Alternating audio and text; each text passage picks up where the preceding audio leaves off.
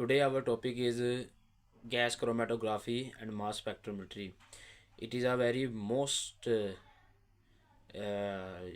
preferably used analytical tool which is used to determine and analyze primary plant metabolites and volatile compounds with low polarity and less complex structure. This technique basically combines two basic principles: gas chromatography and mass spectrometry. Its basic principle is that in gas chromatography section, the the sample to be analyzed is first vaporized, and it is passed through a circular column, long circular column, which is inside of which stationary phase is uh, coated on the column. This is achieved by using a inert gas which push the vaporized compounds into the column so that the compounds interact with the stationary phase. The compounds when interact with the stationary phase differently, some compounds exits the column phase more quickly as compared to other. So the difference between the time when different molecules enter the exits the column tube is called detention time. Then these vaporized compounds are entered into the mass spectrometer, which where it is ionized with the help of a electron spray, which fragments the compound into smaller ions, which is then smaller ions which is then measured with the help of mass spectrometer which is attached to a computerized system. When these compounds are bombarded with the electrons, they produce a characteristic spectrum which is known as compound spectrum or element spectrum or chemical spectrum of that specific compound. The computerized system analyzes the amount of each ion by using charge to mass ratio so that a characteristic mass spectrum is obtained.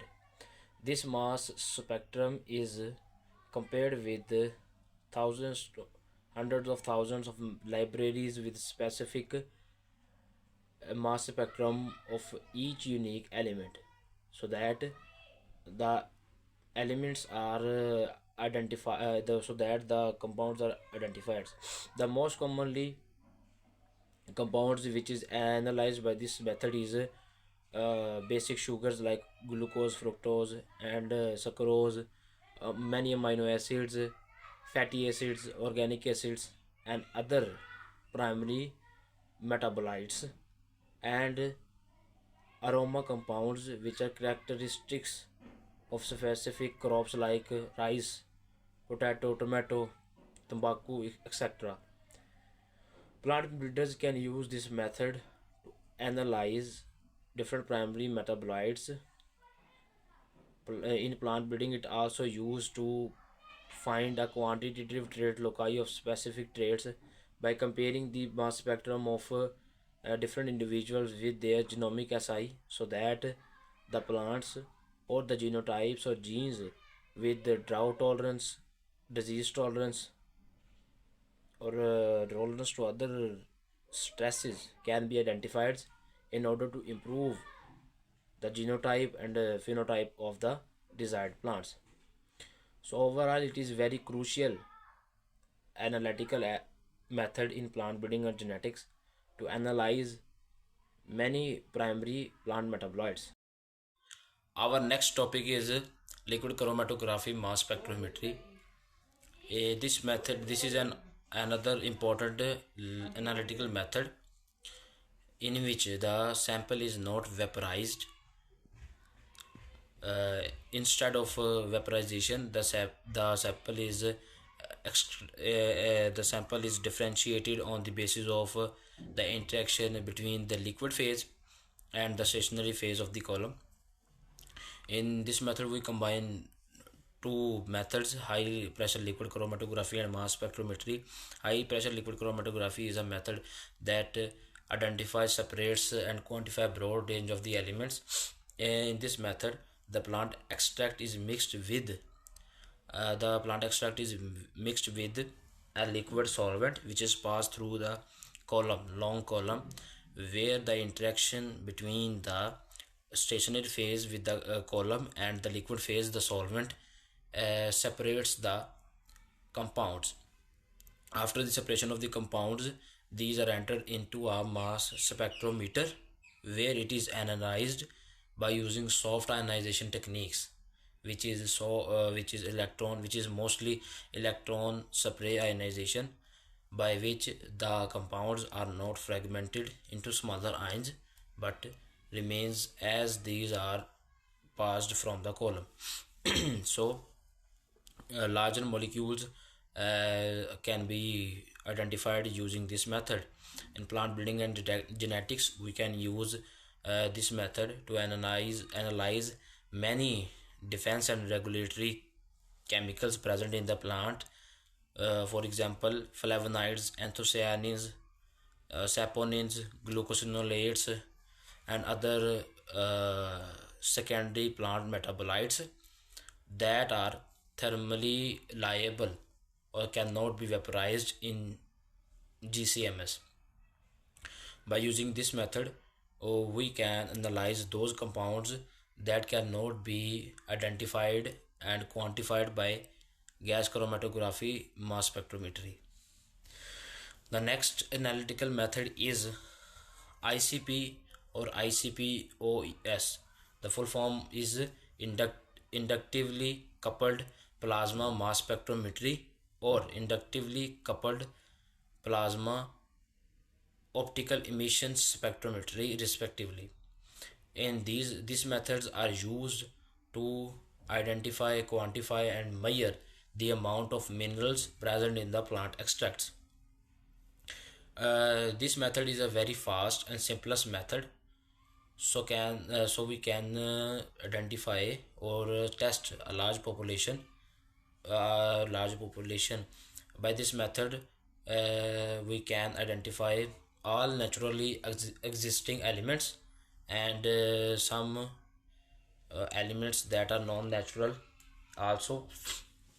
In this method, the plant extract is first digested by using strong acids, and then this extract is introduced into hot argon plasma, where the temperature is range between 6000 to 8000 kelvins. After the ionization, the ionized or vaporized elements are entered into the mass spectrometer, where these compounds are separated, where these elements are separated on the basis of mass to charge ratio, which make a spectrum. Or in the case of ICP-OES, the wavelength, the light reflected by the elements are identified and compared to the element specific wavelength, so that we can analyze a large or we can analyze all the existing elements. In plant breeding and genetics, we can use this method, or this method is extensively used to analyze different elements present in the plants with respect to identify the biofortification potential, which is the target of today's modern plant breeding techniques.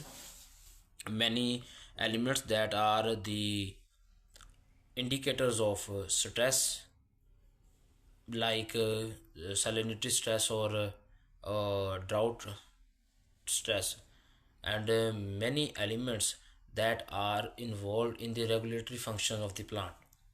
So in overall general, we can say that this is the method which only identify the elements present in the plant extract, but not the organic compounds or other large compounds which are measured with GCMS and LCMS. However, these three methods are combinedly used to produce a comprehensive and a broad spectrum uh, elemental and compound structure of a plant. So we cannot use this method alonely to identify the to we cannot use this method to identify the compounds.